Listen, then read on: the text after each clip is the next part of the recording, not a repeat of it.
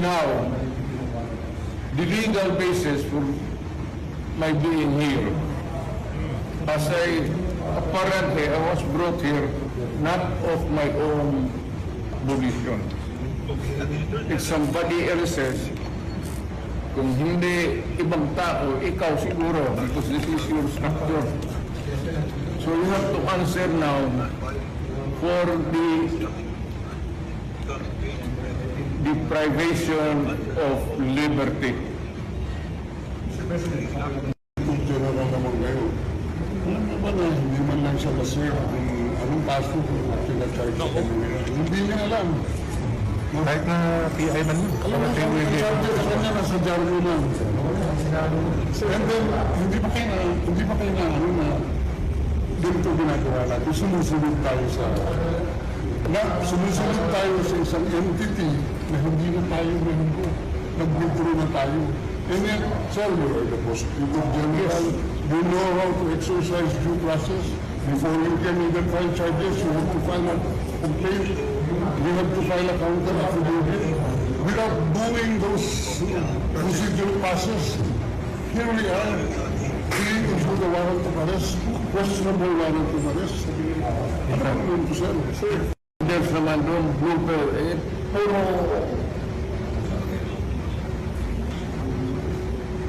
pagdating sa trial gun, tatawagin kita sa witness stand na feeling ko you are the person who arrested me. May I know the reason why? Have you read the documents? Or at least have you read the case at that time when you made the arrest? So that you would be guided to what you should know. Kung kaibigan tayo, galing ako for detention. Ayun na nga mga kababayan, yun na hong pinaka-latest na update kaugnay ho dyan sa pagkaka-aresto nitong si dating Pangulong Rodrigo Duterte. Ang manlinaw lang ho dito, napakarami hong linabag ng kung sino man ang umaresto dito kay dating Pangulong Rodrigo Duterte. Wala hong isinerve na warrant, hindi ho binasa ang kanyang mga karapatan at napakarami pa hong ang pang-aabusong ginawa dyan sa pagkaka-aresto na yan nitong si dating Pangulong Rodrigo Duterte. At ngayon ho mga kababayan, dito sa bahagi ng video natin na to, rekta naman ho tayo dito kay Senator Christopher Bongo. Makabalita ho tayo dito kay Senator Bongo kung ano na hong update diyan sa pagkaka-aresto nitong si dating Pangulong Rodrigo Duterte. Ito. Hello? Ma'am? Hello? What again? Senator Christopher Bongo, Senator Christopher Bongo. Sabi kanina ni General Malville na makasama kami. Opo, pumayag naman po si General Malville kanina. Oo, sinabi ni General Malville kanina.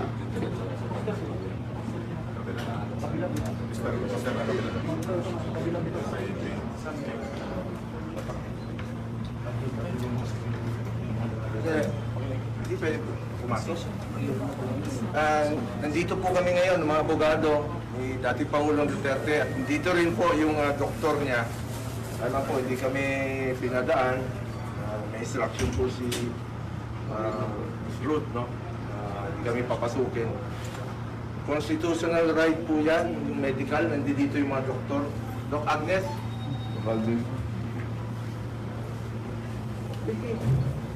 Ito yung mga doktor nila. Schedule for procedure po si former President Duterte. Kaya lang, ayaw kami pumasukin din yung abogado.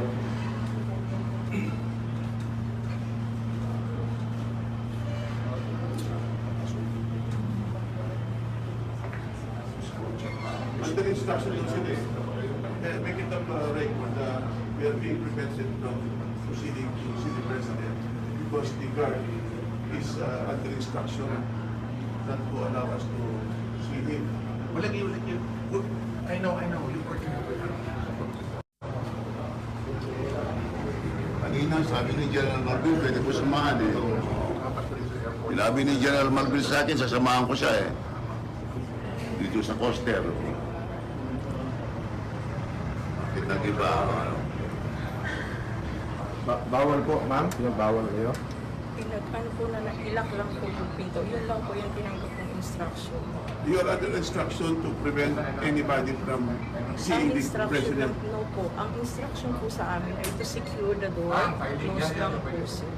I-close lang po. Kahit ano po mangyari, i-close lang po. Mas kayo ng mga abogado mismo Hindi yun. ko na po dadagdagan, sir. Ang Tapos mga instruction, Sino ang nagbigay sa inyo ng instruction? yung mga... Who is that particular person who gave the instruction? Ha? Sino authority? Mga security officer din po namin, sir. Then yung above po po sa sumusunod po.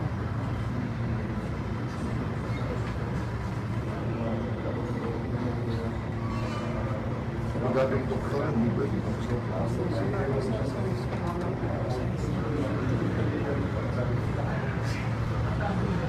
Demokrasya ng review natin, diretso demokrasya. The basic constitutional right of a person is being deprived, being denied.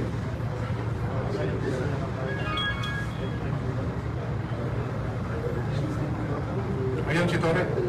Ayun si Torre. Ano ba? Papunta na rito. Dito.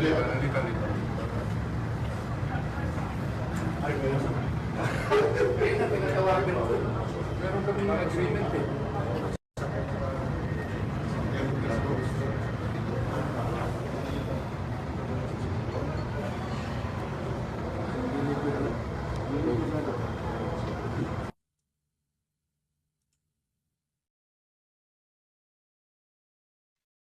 Ito, dito tayo, lipat na tayo.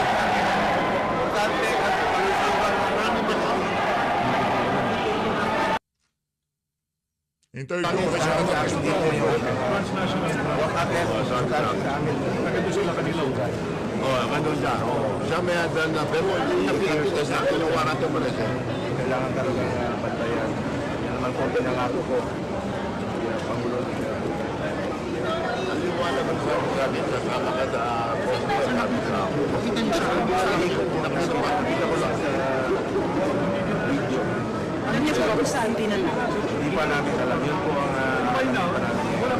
Sir, ano na kung next step po niya, sir? Saan po kayo papunta ngayon?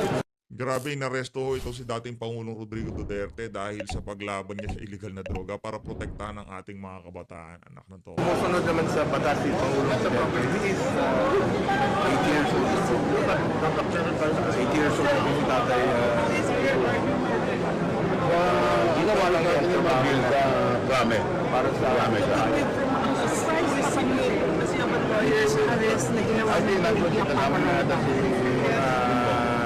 in-expect na po na Lagi na po kami narinig ng mga nakaraang araw.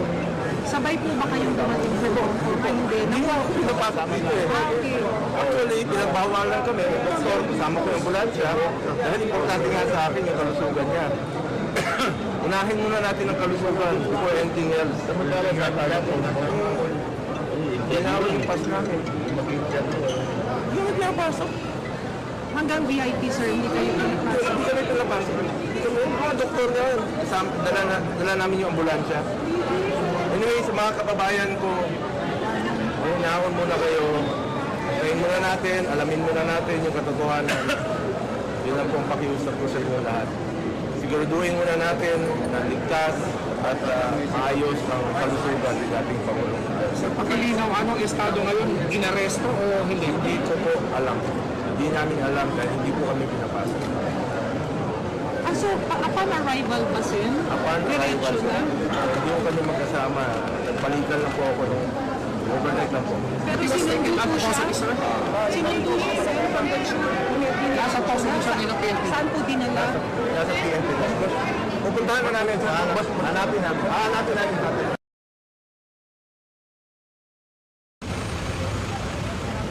Yes. Hindi ako pinansin ni ano eh.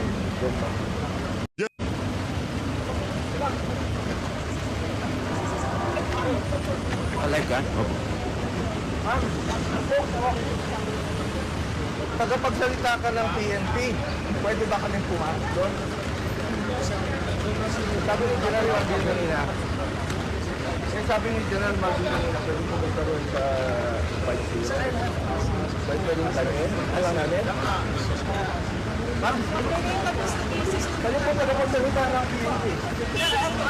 Officer, please handle the best president of the Philippines very well. Treat him well.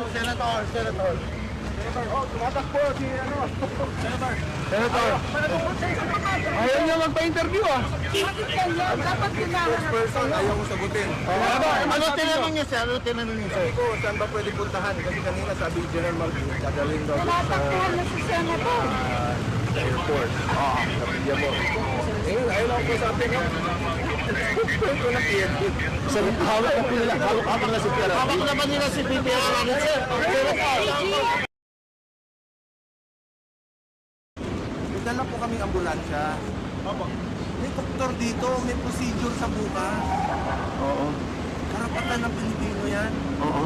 Sir, Di ba karapatan ng Pilipino? May Opo. isa muna. What will happen to him, Sen. PG? Sir, ano sabi Sir, sa ang inyo? plano nyo, ilalaban nyo dalhin muna sa ospital bago. Kailangan muna, check upin muna ng doktor. Pero nasa kanila na, sir. Sir, saan po yung dinaan, sir? Hindi, saan po yung dinaan? Kami pinapasok. Apo, saan po yung dinaan, sir? Sir, panawagan po natin. Panawagan po natin sa taong bayan. Pagdasal niyo po ang kanyang kalusugan. Pagdasal niyo. Tama po. Magandang umaga po sa inyo lahat mga kababayan ko. Dito po kami kasama po mga doktor ni Former President Duterte. Nasa loob po kami ng ambulansya. Pupuntahan mo namin siya sa Villamat Airways kung saan siya po dinala. Hindi po na-check up kanina ng mga doktor niya. Kailangan mo lang siguro natin na nasa maayos po ang kanyang kalusugan dahil paggabi po ayon sa kanyang pamilya ay masakit yung likod niya. Dala po tayo ng ambulansya ngayon sa Ferdinand Santos. Ito po, gamit.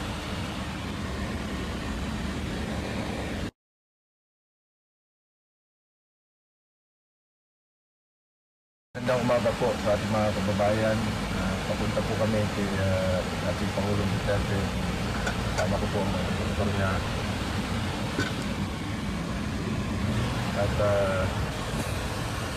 reviewin muna natin ang kanyang kalusugan dahil kahapon may reklamo po siya, sumasakit ang kanyang likod ayon sa kanyang pamilya. Kaya nagdala po kami ng kagamitan at ambulansya. Importante po at karapatan ng bawat Pilipino. Unahin ang kalusugan. Constitutional right po yan. Medical.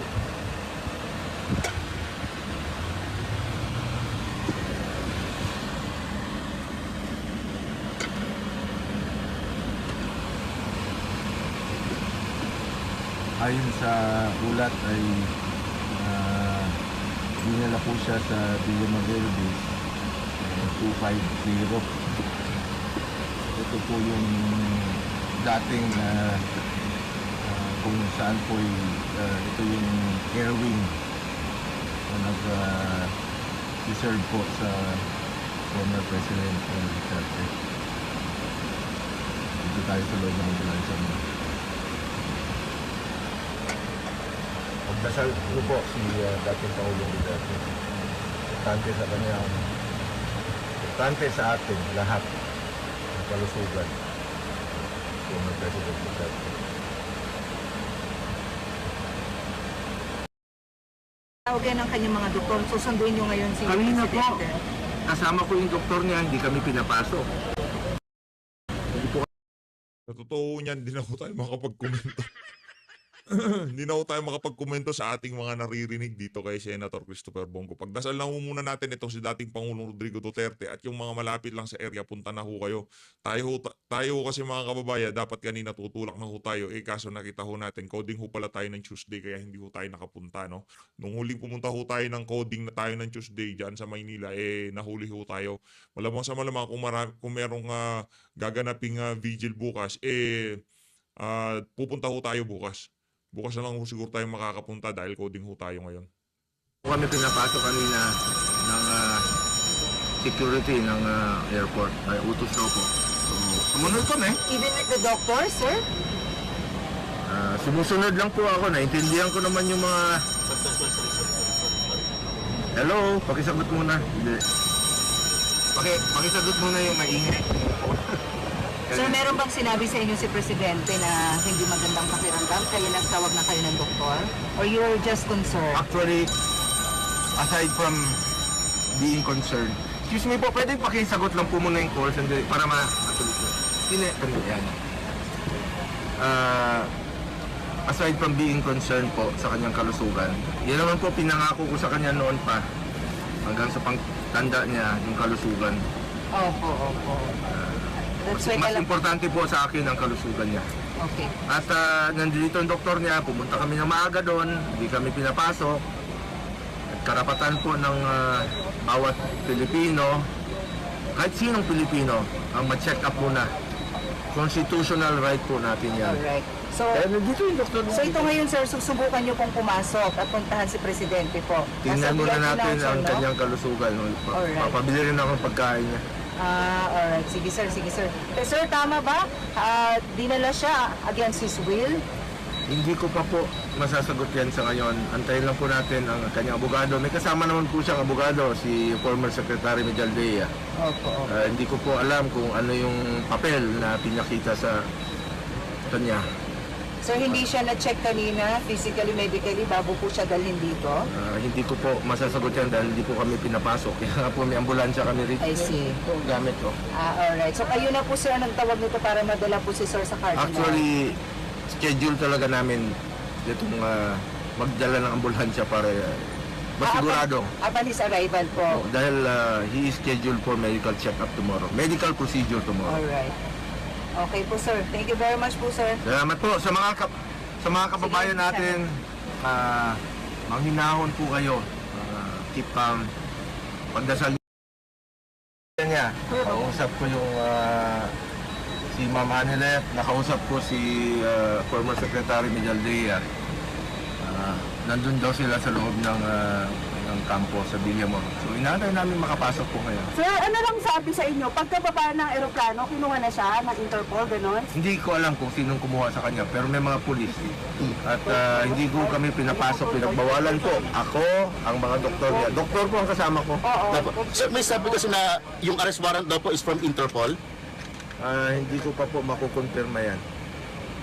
Pero saan daw po ididiretso si PRRD, sir? Yan po ang hindi pa namin masasagot sa ngayon.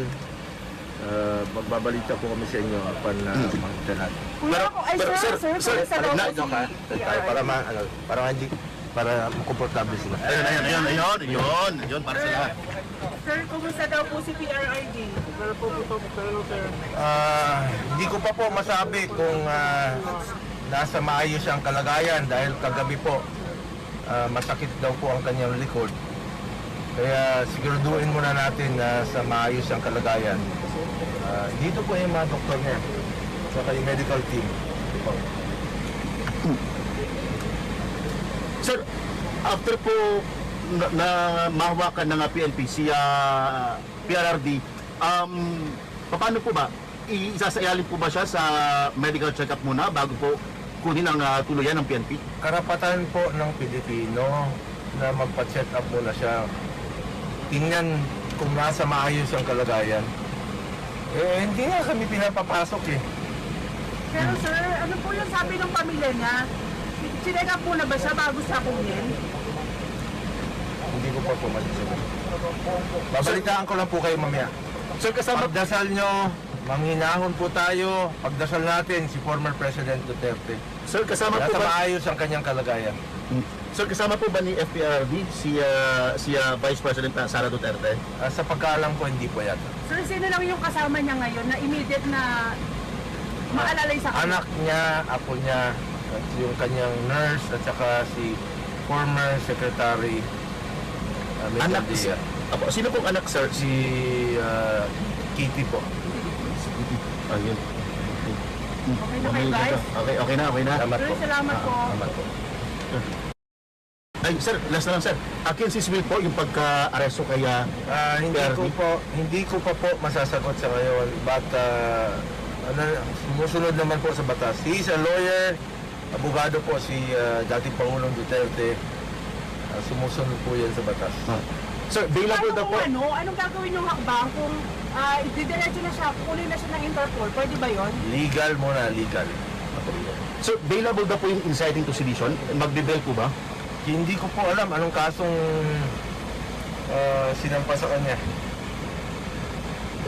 Okay na, okay na. Salamat po. Thank you, sir. Salamat Thank you. po. Salamat Pagdasal niyo sir. po, manghinahon kayo.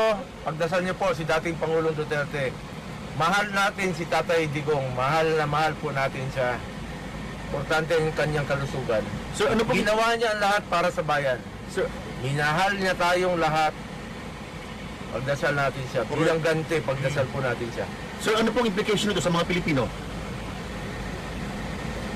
Manghinahon lang po kayo. Sir, papasok ba kayo sa loob? Inaantay ko po kung papasukin ako. Sir, sabi kanina ni Yusek Loring, wala naman daw na iserve na arrest warrant. Wala po ako nakikita. Hindi nyo pa nakikita na na-serve. Hindi nga kami nakapasok po. Hindi po kami pinapasok. Pero sir, ongoing na negotiation kung pwede kayong makalapit sa Pangulo. Tapos sir, sir kasama sa negotiation ninyo kung sa ospital siya diretso. Check up muna. Check up muna. Dapat. Ngayon sir, ngayon. Sa Cardinal. Okay sir. Sakit ho, masakit mga kababayan. Sobrang sakit. 80 years old na po ngayong March 28. Pasensya na po kayo, medyo natanggal yung ngipin ko ng isang araw. Sen, si Honilet kasama doon sa loob. Kasama po sila sa flight. Okay. Sir, where is VP? Where's the Vice President, sir? Kasama ba ni BRI? Sa pagkaalam ko, hindi po. Nandito na ba si VP? Hindi ko rin po alam. So, nakausap niyo si VP Sara. Pasensya na po ha. Pasensya na po kayo. Hindi ko alam yung mga ibang detalye. Dahil isa po akong senador. Umuwi po ako. Nauna ako umuwi. Trabaho muna. Sir, kumusta yung family? Nung kausap niyo si Kitty, okay ba siya sa loob? Gutom na po. Nagugutom po si Tatay Digo. Ito yung pizza. Request daw po yan ni PRRD, sir. Saka ni Kiki. Saka nung apo. May Yung apo kasama sa po siyang tuhod. apo? Apo sa tuhod.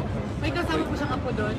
Sino pa po? Ma'am Hanilet, Kitty, apo. Sino po itong kasama? Hindi ko na po alam eh.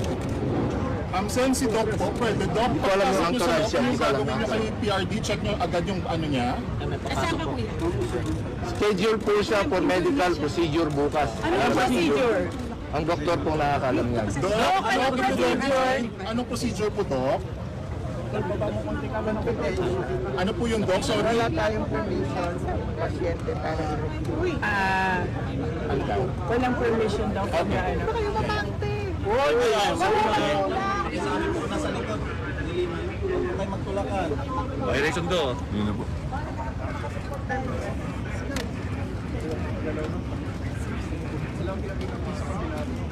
Dasal po. Dasal natin sa Tatay Digong. Mga kasama!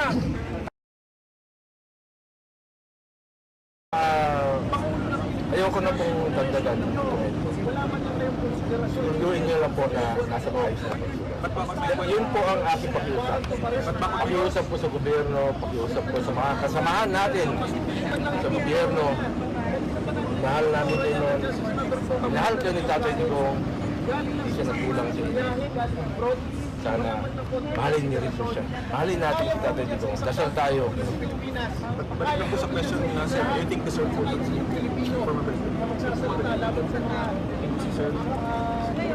Please ensure his safety and health. Sir, as far as you know, sir, ano nangyayari sa taas? Just ensure his safety and Sir, as far, binigyan pa sa update, sir, ano exactly nangyayari sa loob, sir? Kahit kanina po nagre-request si Titi at saka si Tatay Digong, nagugutom na po siya. Kanina pa, tawag ng tawag kanina. Sir, nakaposes ba siya? Kinulong ba siya sa room? Anong eksakto mulong, sir? Hindi ko nakita. Sir, hanggang kailan daw po siya dito, sir? Sa... Ayaw ako papasukin eh. Doon sa phone, via phone, sir. Hindi niyo makausap sir over the phone. Kausap ko yung anak. Sabi naman na okay naman po. Pero Sen, yung Sir, warrant pupunta na ba si nabigay Bibi na Sara dito? Susunod. as far as you know, yung warrant nabigay na Hindi ko po alam. Antayin na natin mamaya. Sir, papunta ba si Bibi Sara? Hindi ko rin po alam. Thank you, Senator. Thank you, Senator. Maraming salamat.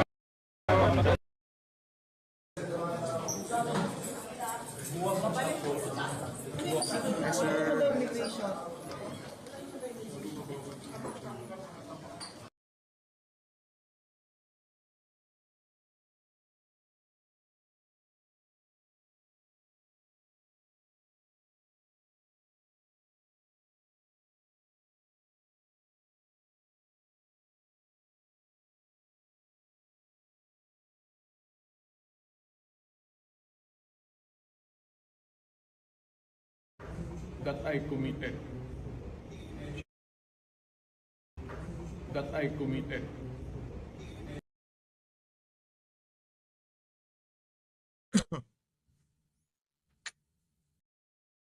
Netherlands.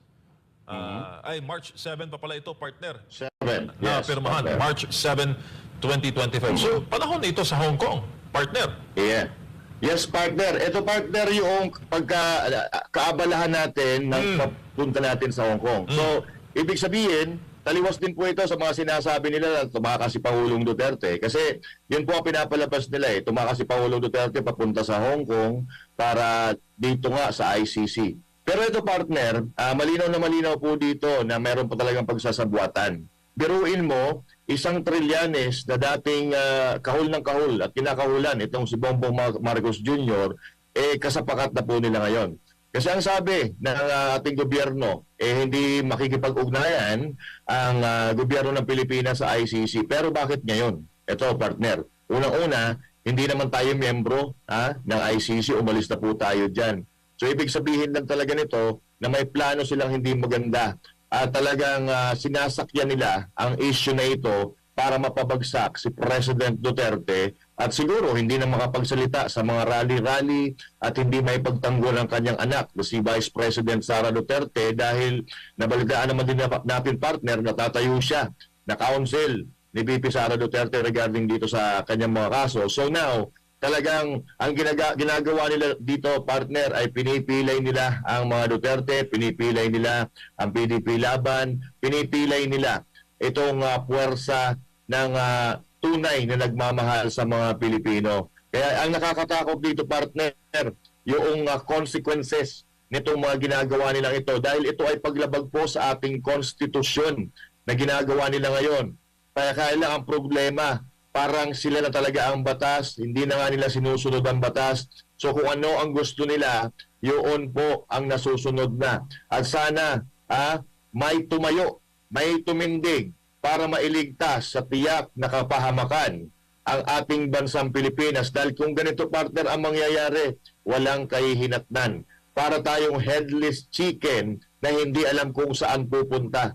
Iba-iba po ang nangyayari sa Pilipinas. Magkakaiba ang kanilang pinag-uukulan ng pansin. Imbis na pag-unlad ng bayan, mga kritiko at kalaban ang kanilang pinagbibigyan ng oras at ng kanilang mga lakas, partner. Oo, nandyan pa rin sa Villamor Air Base si Senador Bongo, no? At sinusubukan na lang makapasok sa loob ng airbase at may mga reports daw. May mga report tayo na babasa online to be verified na ang dating Pangulo daw ay sumasailalim, no, sa procedure at ito-turn over nga, booking procedure at ito-turn over nga ito sa ICC. At kasalukuyang may panayam ngayon si Senator Bongo, no? Baka makuha natin ang feed o buod ng kanyang pahayag at mukhang nakita rin natin kanina si Yusek Lorraine Badoy na kasama ng Senador para nga tutukan ang kalusugan o pang itutulong kay dating Pangulong Duterte. Pakinggan natin, partner, si Senator Bongo.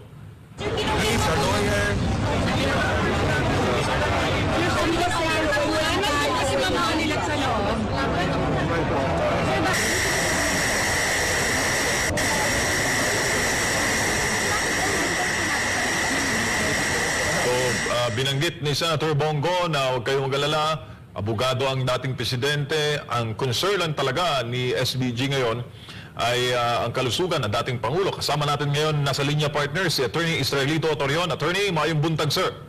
Maayong buntag po sa tanang mga nagatanaw ni sikat ng Estasyon SMNI. Good morning, everyone. Sir, ano talaga ang totoo? Campo Crame o Villamor Air Base ang dating presidente? Na-clarify namin, Villamor Air Base, nasa Kalayaan Hall siya. No? Malapit lang dito, harap ng Marriott Hotel, yung malapit lang. And ang takot lang namin is parang naghanap ng Philippine Air Force ng malaking eroplano, baka dadalhin na diretso ito sa Hague, Netherlands. Yun ang aming apprehension, no? Kaya nga parang talaga, parang Pinlano, no? Grabe, sir, no? Diretso sa The Hague. At yes. nabasa po namin, sir, Wala ho silang jurisdiction. Wala hong jurisdiction ng ICC sa ating bansa. Bakit ganito nangyayari? Yung arrest warrant mula po sa ICC at dated March 7. Ito pa yung mga panahon na naghahanda ang mga kababayan natin dyan sa Hong Kong at lumabas din po yung mga issue na tumakas raw ang dating presidente, pumunta ng Hong Kong para takasan yung napapalapit na arrest warrant serving. Mukhang meron talagang pattern, Attorney Torion, sir. Oo, parang nakikita talaga natin kasi yung pala, meron na sila noon but they hid it from us. And apparently, may plano sila na dalahin kaagad ito sa Hague, Netherlands siguro. Naghanap ng mga aeroplano ata. Yun ang aming fear ngayon. Sir, wala bang magagawa ang kasalukuyang administrasyon? Kasi di ba Pilipino to eh. Ba't nila ito turn over sa kamay ng mga banyaga? Kaya nga because under international law we have already withdrawn from the Rome Statute, no? And this was already effective in 2019. And apparently even if na-withdraw na tayo, no? Inialaw pa rin nila to exercise jurisdiction in the Philippine territory ang ICC. Kaya nakakalungkot po ito, nakakalungkot. So wala bang ibang legal remedy na maaari nating i-avail? For example, hospital arrest. Sir, matanda ng dating presidente. Actually, meron pero hindi ko muna ma-reveal sa inyo. No? I am in communication with Attorney Martin Delgra. Nandun sila sa loob. Pero hinahanapan natin ng magandang tinutulungan natin si Attorney Delgra at si Attorney Midaldea. No? Nakikipag-coordinate tayo sa kanila po. Yan lang po ang muna ang natin ngayon. Attorney, confirm, Master Judea po ito, Attorney, no? Confirm lang po natin na gusto lang natin malaman na may kasama po si PRRD na mapagkakatiwalaan natin doon po sa loob. Nandun sila, si Attorney Martin Delgra nakapasok, si ES, Executive Secretary Miguel Dea nandun sila Sir Tony Llamas, no? Pati si Attorney Fred Lim nakapasok ata. Kami kasi nagtipang sasakyan kami ni Attorney Vic Rodriguez at saka ni Philip Salvador. So hindi kami nakapasok, pati si Bongo hindi nakapasok. So I tried to go inside kasi we have to coordinate sana with Attorney Delgra and ES Miguel Dea. Tumatawag ako, parang naka-jam yung cellphone ko, hindi nakakapasok. So nag-iba na lang kami ng lugar kay para magtawagan na walang jammer at somehow makapag-coordinate kami sa anong gagawain. Yes, attorney, if ever, let's say for example, dalhin talaga nila si PRRD doon sa The Hague, sa Netherlands, is this legal na hindi naman po tayo bahagi na ng ICC? Legal po ba to? Kaya nga, supposedly, yan ang i-question natin, no? Kasi we are no longer part of the ICC and ang nakalagay naman dun sa Rome Statute is they should, the only exception is when a matter is already under consideration by the ICC, and it is our considered humble legal opinion that when you say under consideration, it means that it is under judicial consideration. But what was done in 2018 was merely an action on the part of the prosecutor's office, which was not within the pre-trial chamber of the ICC or the trial chamber of the ICC. So therefore, the exception under the Rome Statute does not apply, and the jurisdiction of the ICC does not attach anymore.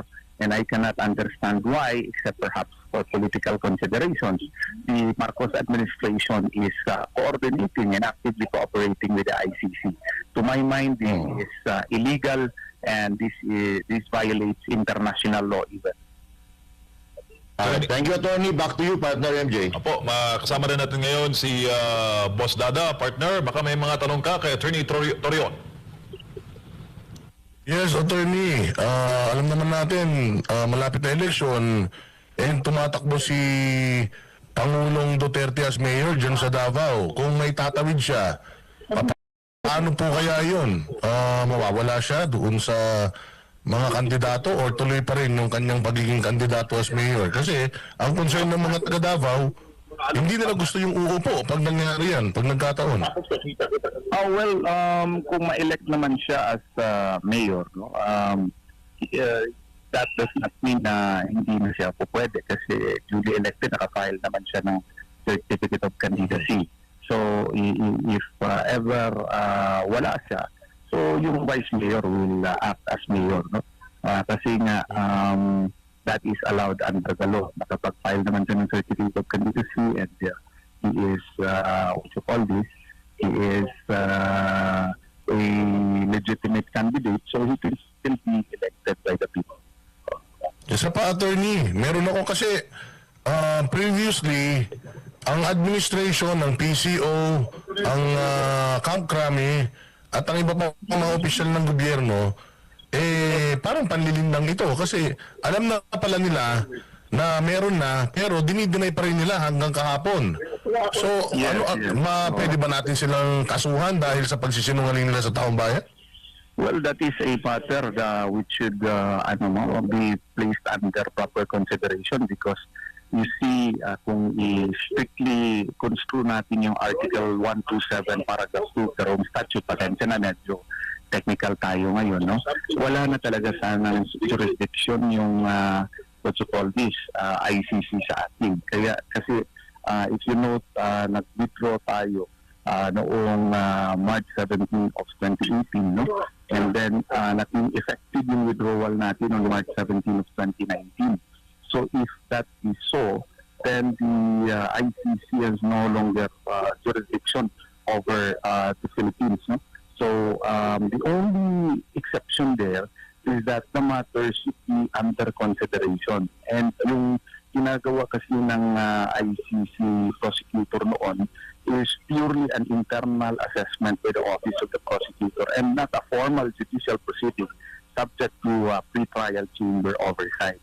So therefore, we really believe that the ICC has no jurisdiction over Philippines anymore, and they could not, and Philippines should not have cooperated anymore with the ICC. What the government is doing is that they are cooperating even if this is already prohibited even under the Rome Statute itself.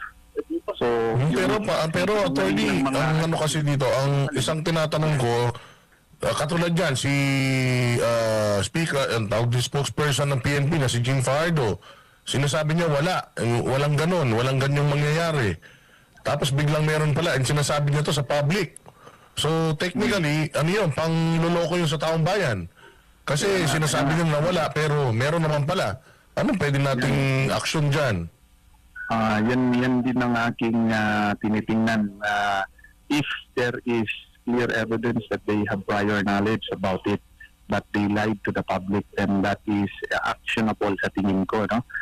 That can be considered as misconduct in public office because public office is a public trust, and therefore you should be candid to the public as to the matters of public interest. No? So this is a matter that should be looked into, but in the interim, no, while we are still facing the fact that President Duterte is in fact arrested now, then we should pour all our concentration as to what we can legally do habang hindi pa siya dinadala sa Hague, Netherlands po. Pero ang duda ko talaga para dadalhin ito sa Hague, Netherlands. Nako, masama ito. Thank you very much, Attorney Torion. Back to you, Boss MJ.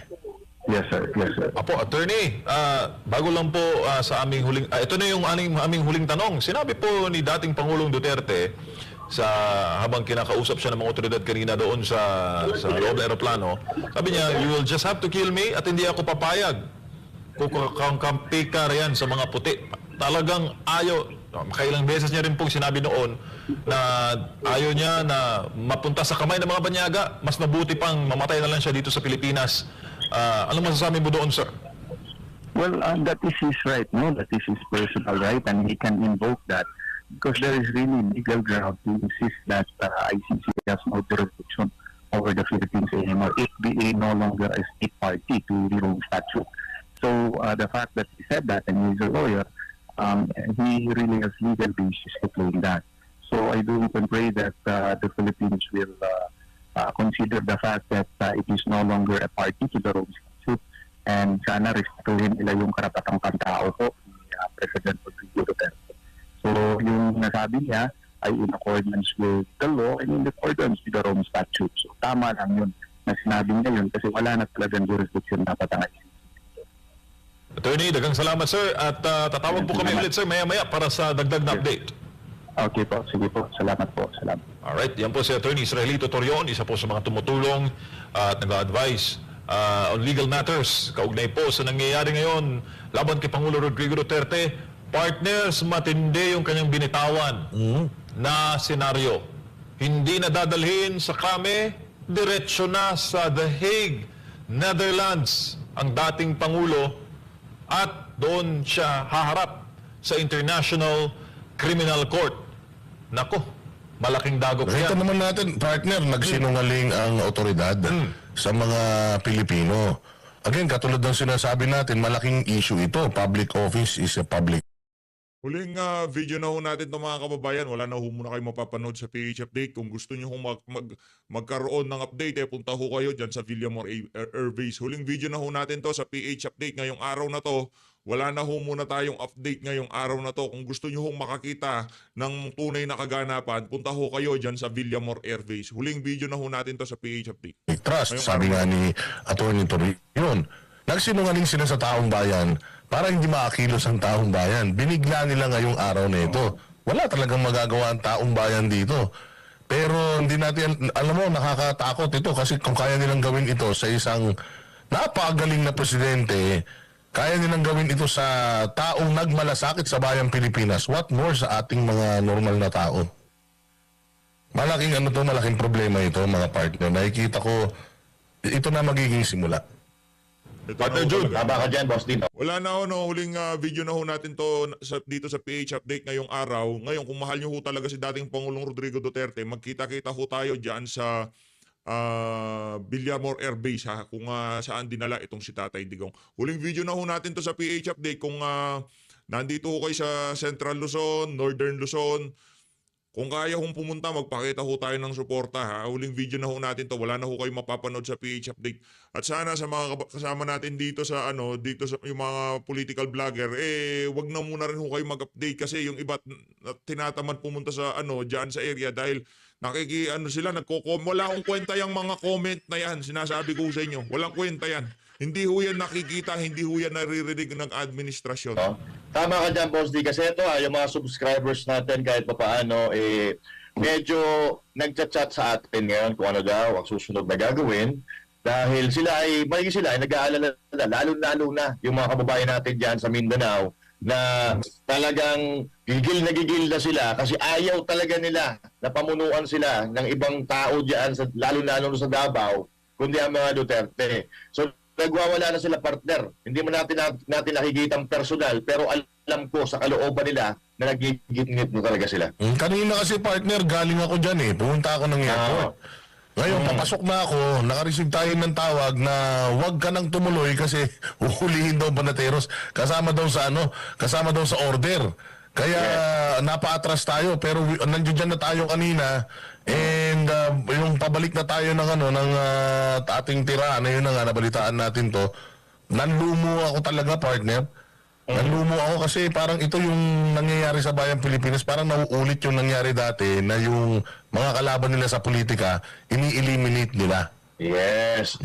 Ako naman, pagkakaalam natin, kagabi bago tayo matulog, partner, 4:35 darating si PRRD.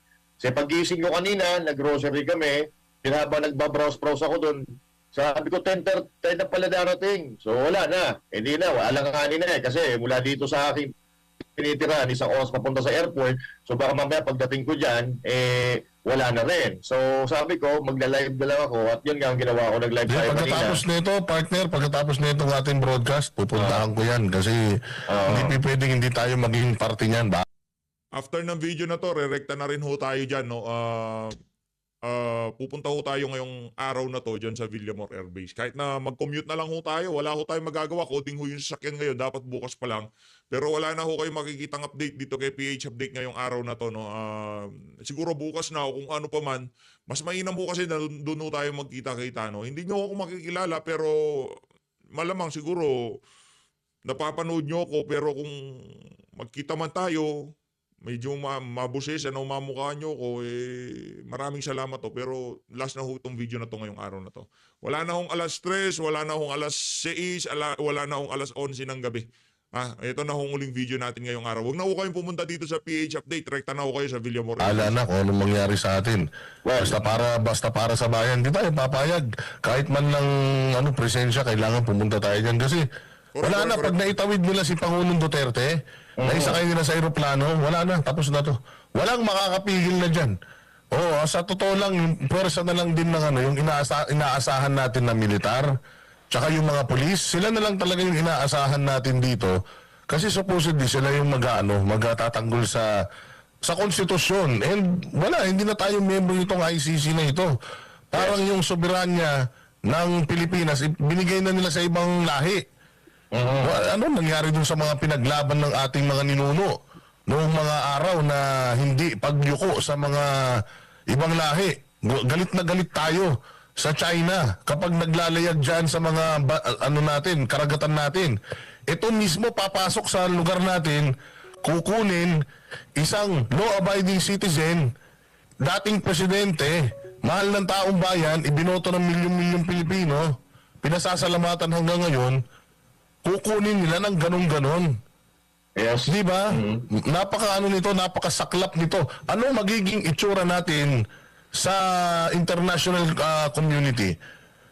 Na mukha na wala tayong